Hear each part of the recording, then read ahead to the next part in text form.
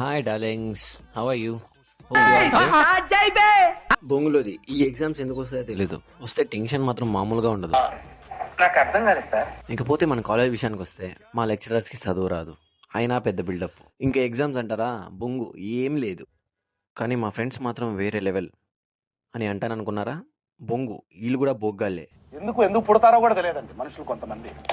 First ఎప్పుడు మన తేజగాడే, ఎందుకో ఈ మధ్య చాలా మంచోడు అయిపోయాడు. నెక్స్ట్ మన గౌతమ్ గాడు చూడ్డానికి చాలా మంచోడ్లా ఉంటాడు, కానీ వీడే పెద్ద దొంగనా కొడుకు. తర్వాత మన నిఖిల్ గడు చీపురు కట్టికి బట్టలేసినట్టు సన్నగా ఉంటాడు. ఇంకా యువరాజ్ గడు వీడు అమ్మాయో అబ్బాయో నాకు ఇప్పటికీ డౌటే. ఇంకా టైం అయింది, ఫాస్ట్గా రివైజ్ చేసుకుని కాలేజ్ లోపలికి అయితే వెళ్ళిపోయా. పేపర్ అయితే ఈజీగానే ఉండింది.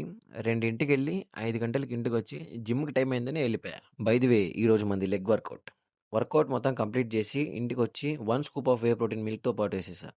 ఈ రోజుకి ఇంతే. నెక్స్ట్ బ్లాగ్లో మళ్ళీ కలుసుకుందాం. Bye darlings.